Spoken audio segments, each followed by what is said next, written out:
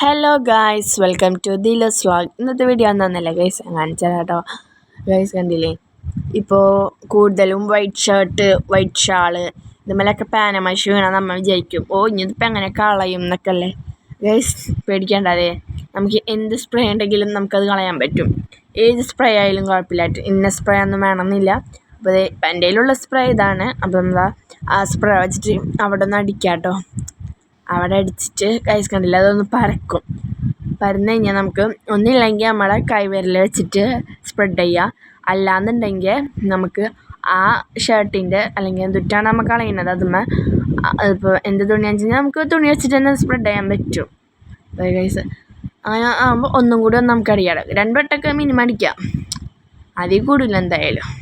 അത് കഴിഞ്ഞിട്ട് ഗൈസ് വേണ്ട, ഞാൻ തുണി കൊണ്ട് തുണി കൊണ്ടാക്കി കഴിഞ്ഞാൽ ഏകദേശം കുറച്ച് പോകും. കണ്ടോ, ഇത് വളരെ ഉപകാരമായിട്ടോ, നിങ്ങൾ ചെയ്ത് നോക്കിക്കോ ഗൈസ്. നേരത്തെ വരച്ച പാനമഷി ഇവിടെ കാണുന്നില്ല ഗൈസ്. അപ്പോൾ ഇത്രയുള്ള വീഡിയോ ഇഷ്ടപ്പെട്ടാൽ ലൈക്ക് ചെയ്യുക, സബ്സ്ക്രൈബ് ചെയ്യുക. ടാറ്റാ.